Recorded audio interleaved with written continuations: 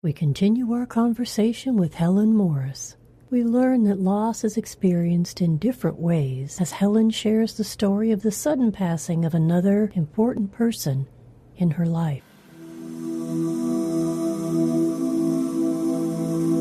Welcome to Evolving Humans, the podcast for awakening souls. I'm your host, Julia Marie. Settle in and get ready for another spirited conversation.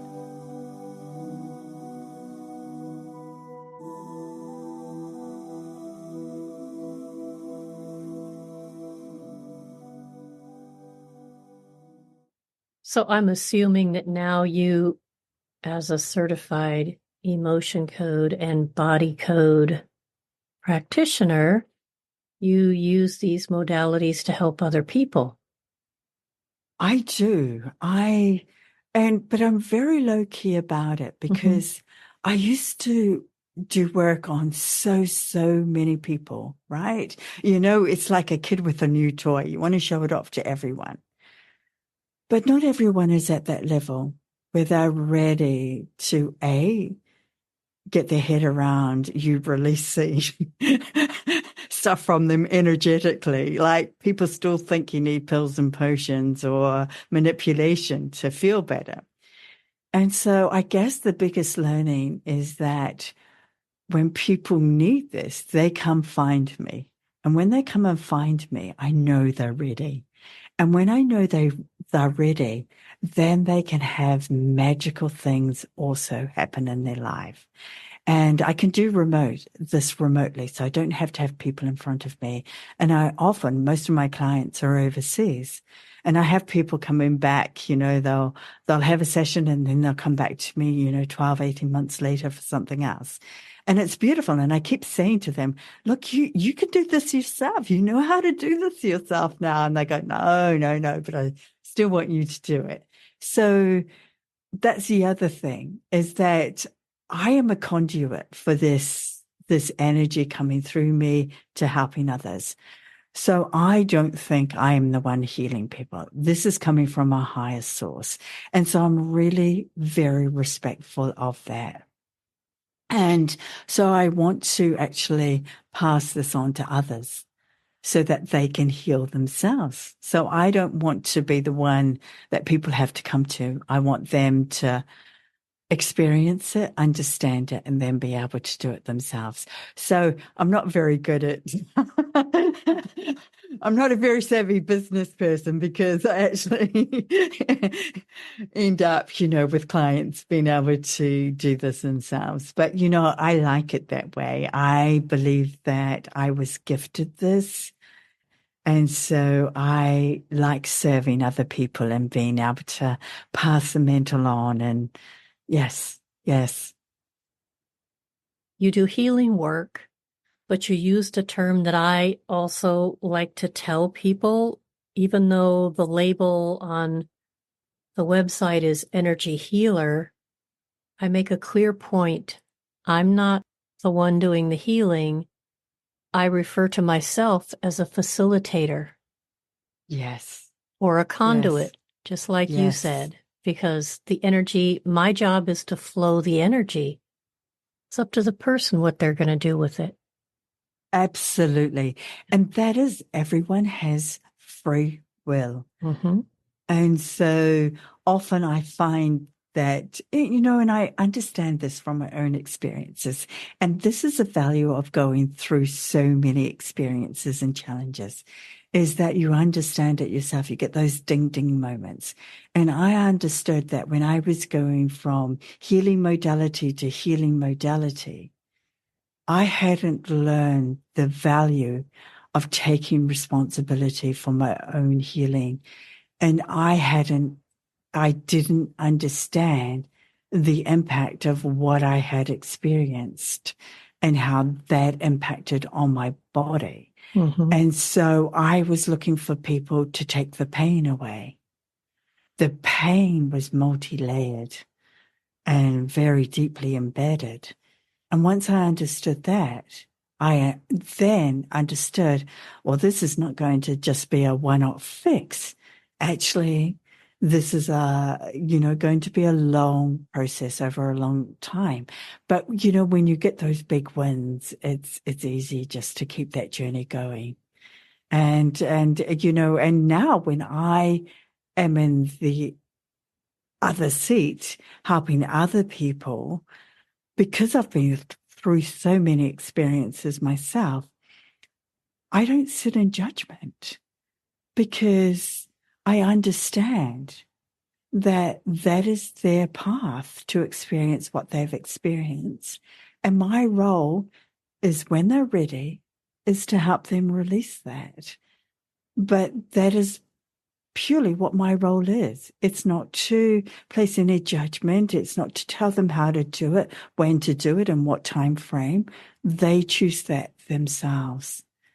And, that's a beauty of getting to this place of being able to do this work, as you would find yourself, Julia. Honor the process. And everybody's process is going to be different. Yes. Yes. And I always am a great believer that you're guided to the people you need in your life at that particular time. And so, we don't always understand initially at the time why we needed to go through that modality, or why we needed to see those people. But down the line, you go, that's why they were in my life. That's why I needed to see that person. It's just like, stepping stones. You just are putting one stepping stone in front of another on this journey. And what I've learned is that really I'm here to be love, really to receive love, to give love, to emanate love, and not to sit in judgment of anyone. Not success. I believe I'm more successful in facing what I've experienced than actually saying I am this, I am that. And I actually find myself decluttering my whole entire world. The older I get, the more I let go. And the more I come back to what is truly important, which is the basics. It's community. It's serving others, because that's the best feeling ever. And it's just living life with peace and love and happiness. I really sound converted, don't I? That's okay. Now, your life seemed to be in a pretty good place. And then you experienced a second tragedy, the loss of a new partner. What happened? Oh my gosh. I thought losing your only child was enough to turn your life upside down and on its head, just. But I had more or less been on my own for 20 plus years. And then I really felt ready for a relationship. So I did a lot of work on myself to prepare myself for a relationship. I wanted to understand what makes a good relationship. I wanted to, not go down the path of previous relationships that hadn't served me. I didn't want to go there anymore. I was past that. So I really wanted the next relationship I entered into to be that beautiful, supportive, loving, caring environment, two-way street. And so I was working at a private hospital, and I, got talking to this anesthetic tech, and we used to just talk, and then one day we decided to go out for a coffee, and it just progressed beautifully and naturally like that. But we didn't want anybody at work to know that we were going out together until we knew what we had together. So we just pretty much kept it under wraps. But it was so natural. It was so beautiful. When you meet that person where you don't worry about what you look like, you don't worry about anything. You just want to be in their company and you just want to listen to them and you have these beautiful conversations and you're so much richer together. Well, that's what it was like. It just felt so effortless. And then we'd only been like four weeks into that relationship.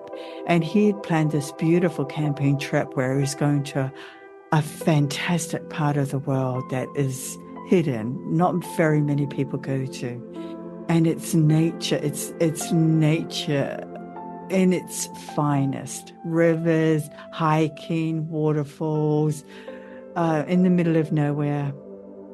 And he was going to spend 9 days there.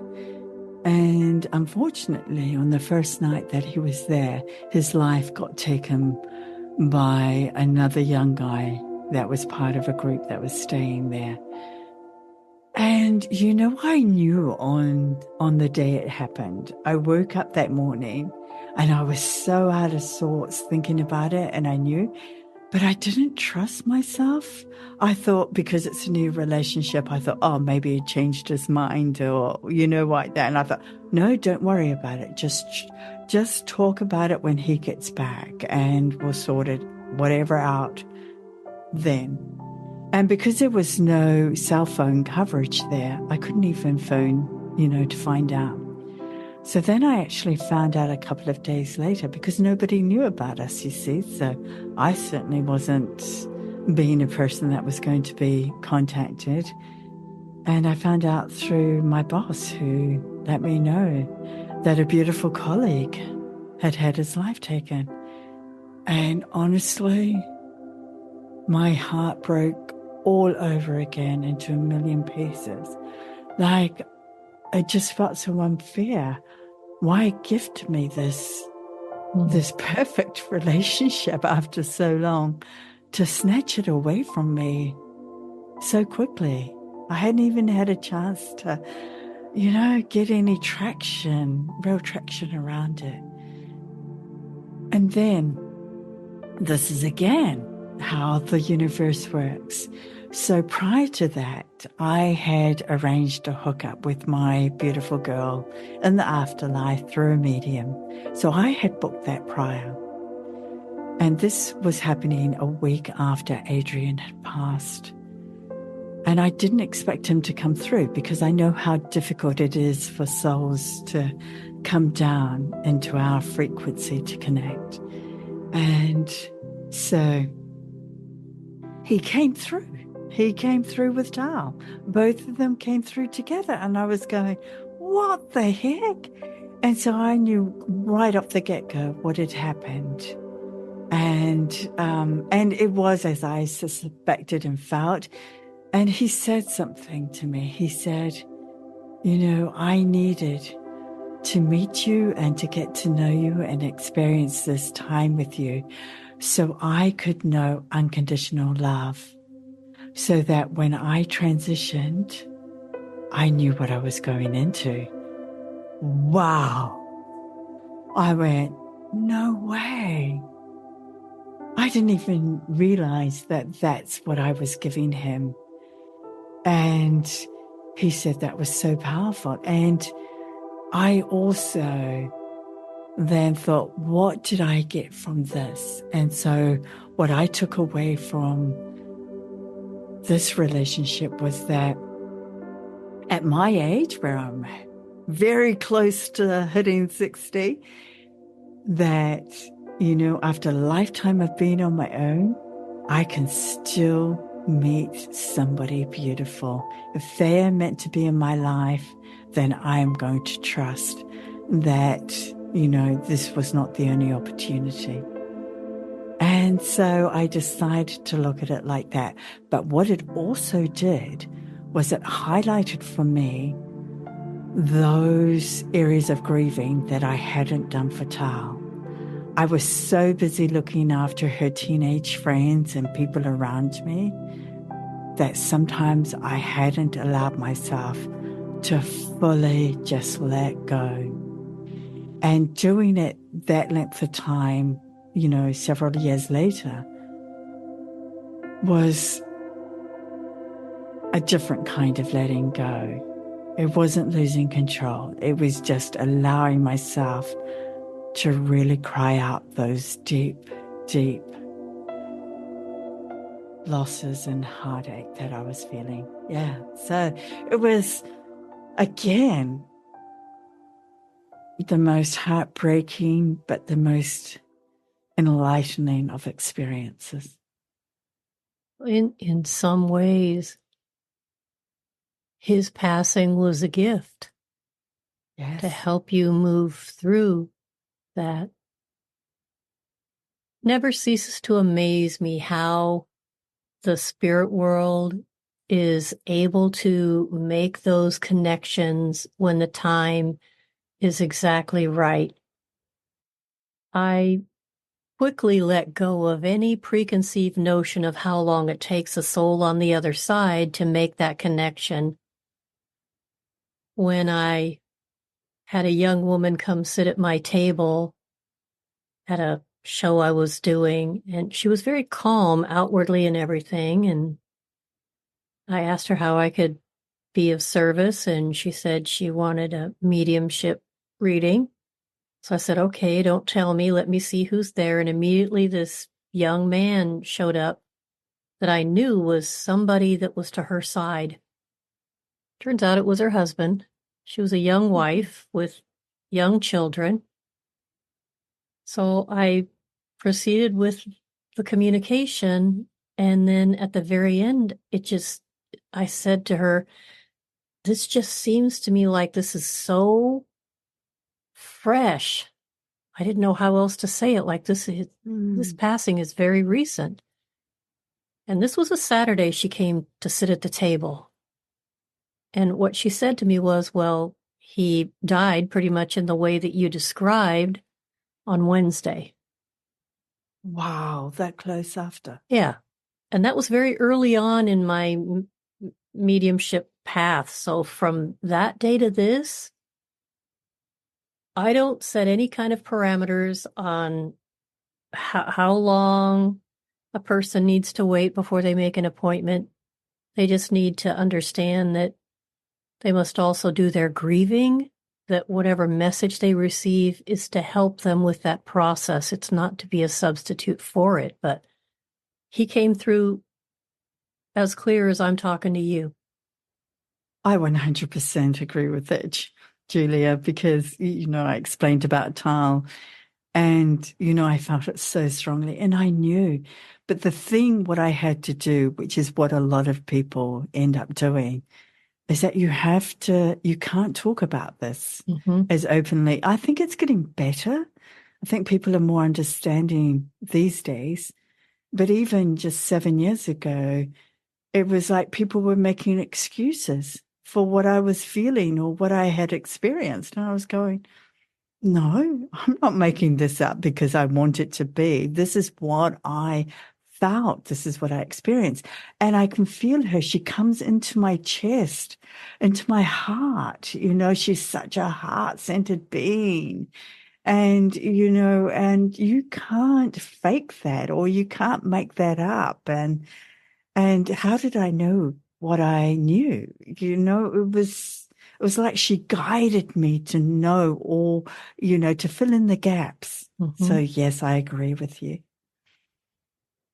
Well, it's almost like a soul to soul hug, like she's blending her soul with yours, and it's making me well up just thinking about that. Can I share with you a quick story? Please.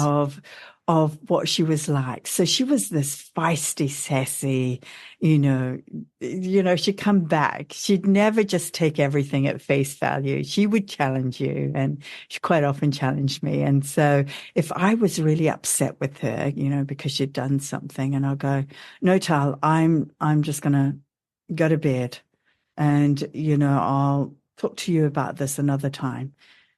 And she would go up and she would stand in front of my bedroom doorway and she would say, no, you're not going to bed until you give me a hug and tell me you love me. And I go, Tal, I am really cross with you. Don't do this now. Just let me, And she go, no. And she would insist until I actually gave her a hug and made it okay. And, the old saying, never go, to sleep on, on an argument or in anger or anything like this. And that was a beautiful spirit she was. How many teenagers do you know that are just like that? And this is what my work colleagues used to say, that she was way beyond her years because she was, I had a beautiful pharmacist I worked with who, was past retirement age. And she said, I don't know of many teens that would come down and speak to somebody like myself just off the bat without any encouragement. And that's what Tal would do. And she was just this beautiful, beautiful shining light. Yeah. So how lucky was I? Am I?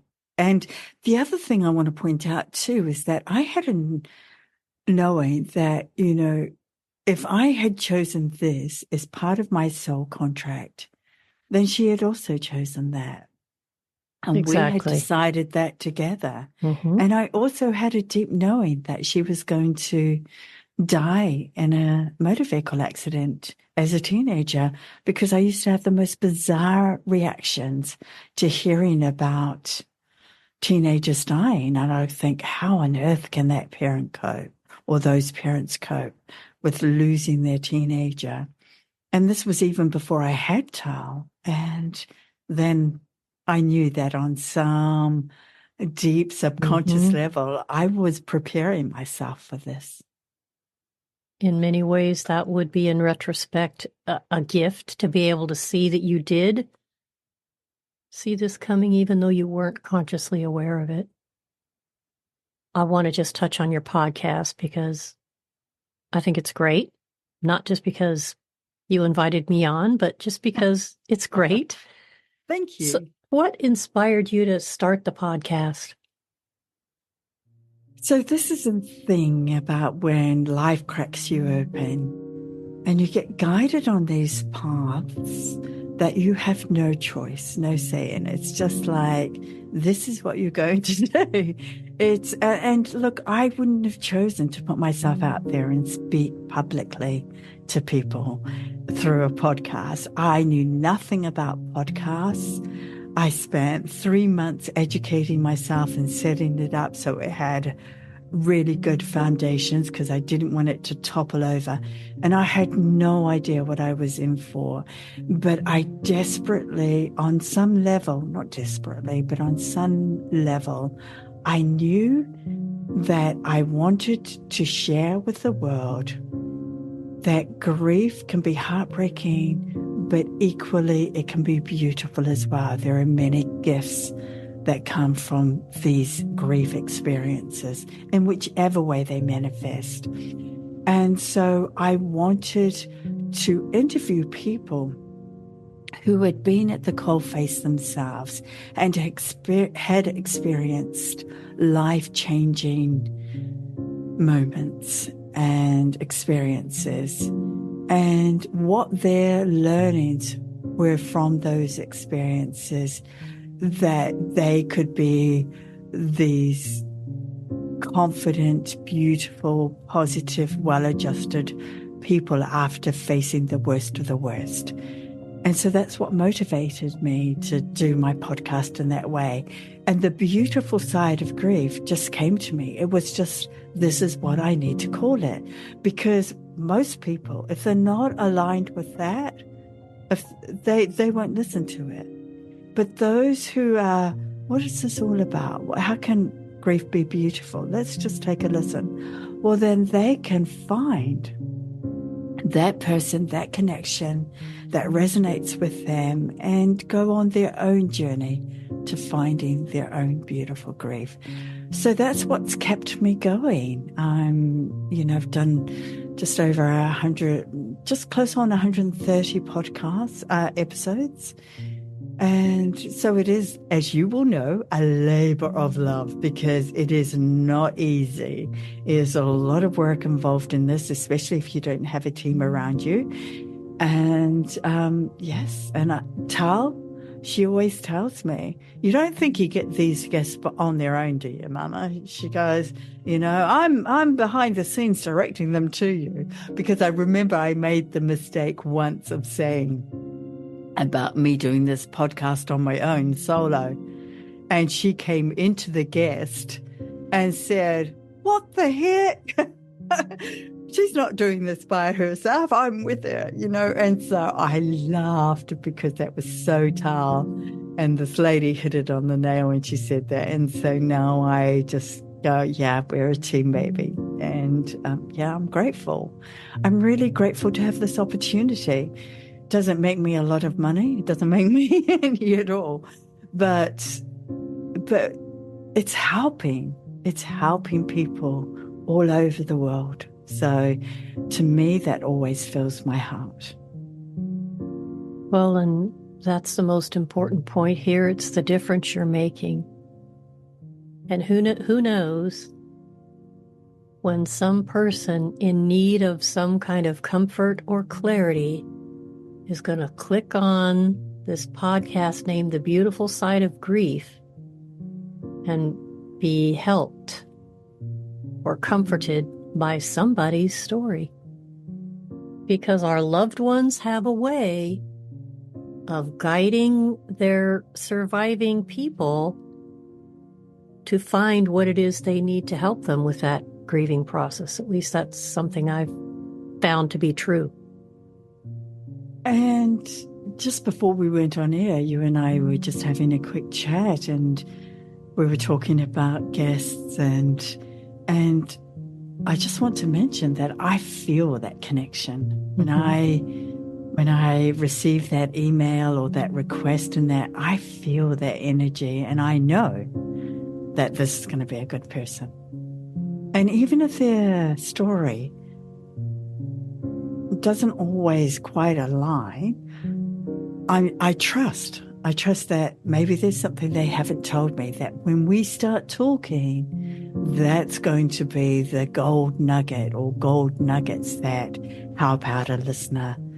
And I always go back to remember speaking to a guy about his experiences of his wife having multiple miscarriages and his perception from a male perspective. And I just went, wow, I just had no idea that you would be feeling like you had somehow, or you were somehow responsible for this and why you were taking that on board. And that was just such a male thing as a protector for him to be doing. And it was a no-brainer for him. Yet, actually, it was out of his control what was happening. Mm-hmm. And I just think, how many men are going to be able to listen to that? And, because often they're missed out of that equation. They're not often talked about or included. It's mostly the women we hear from. So I was just so incredibly grateful for, having that story and all the many, many others that I just meet the most beautiful people like yourself. Likewise. Mutual Admiration Society. Yeah. You've developed a new resource that I would like you to talk about. You call it a letter of hope and aroha. Who's this resource for and how does it help them? Well, it's a letter of hope and aroha has been on my mind for several years. And it's a letter or a series of letters that gets sent out as a PDF by email.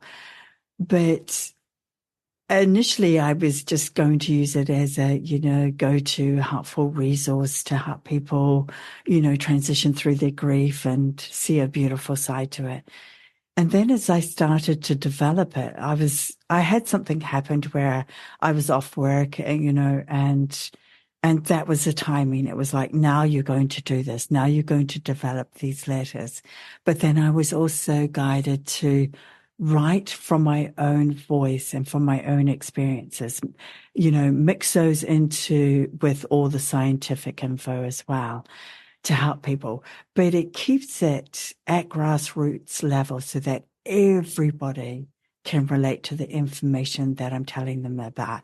And these were the key things that helped me to see a beautiful side to my grief experiences. And when I experienced Adrian's death, I went through the same process. It was things like gratitude that kept me anchored, kept me going, kept me being grateful for what I had in the here and now. And I always thought I knew about gratitude. I thought I was a grateful person. I thought I practiced gratitude. But when I really did practice it, it changed my life profoundly in ways I couldn't imagine. So it was incredible. So, that's what I offer people in each letter is a different theme, and they can take or leave the information as befits their circumstances and experiences. I'm not telling people how to do their grief. That is entirely their journey. But what I want to be able to do is to support those people, go on a journey with them for 8 weeks and let them know that they are not alone, that there are people who understand what they are going through, that there are ways that you can help yourself not be in that constant well of, darkness and despair, that you can introduce the light and not feel guilty about that. And you can allow that into your life and let it guide you. So I think I haven't seen anything out there like it. So I think I'm sort of, breaking new ground in some way, but I just have made it this resource that is, I believe, extremely affordable and helps people think about things that they perhaps haven't thought of before in relation to grief, and help them just see a different perspective to their grief. And yeah, so I'm very excited, and it's beautiful too. Like, I love beautiful things. So I have made it a letter, and I've really carefully chosen wonderful, photographs to put in there, and the layout and everything. I've really thought long and hard about this. So it carries my heart with it. So yeah, that's this new resource that I've developed. Well, and I appreciate that you took the words right out of my mouth and said, you're providing a new perspective on what grief is and what it can bring in a positive way to our lives if we're open to it. Because there are no accidents. And as much as we wish our loved ones right back beside us physically, that's never going to happen. So let's try and find, why this happened, how we can think about it, what's beautiful about it, and, and understand that, our loved ones are with us. They're just in a different form. They're just in an energetic form, but they are with us. And that's why I was gifted this experience with Tao, was to open me up to that and to know. And if I can know that, then everybody else can know that as well. And we've just been conditioned that grief has to look a certain way. And I'm saying, throw that out with the bathwater. We don't need that anymore. We can choose, like we choose everything else in our life. We can choose how our grief looks for ourselves. Staying in that deep well lowers your vibration. And a lower vibration makes it harder for your loved ones to make the connection. So anything that a person could use or explore, like your letter of hope, would be a way to possibly pull them out of that, lift their vibration, and thus make them more available to connecting with their loved ones. And I think, people think, oh, I know about this stuff, but they know about it. But are they putting it into practice? And are they getting the benefits of that practice? Because if they were, then they would know how, life-changing it is. And so, yeah, that's what I just want people to have an open mind and know that this is a totally different way. Because I think grief therapists and counselors and those wonderful people are great. But I also believe that, as I mentioned earlier, we are our own biggest healers. We can heal from within. We just need a bit of a roadmap to know how we can do that.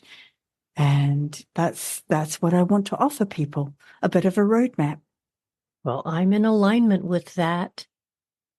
So we've come to the end of our time, but before we go, please share how the audience can connect with you.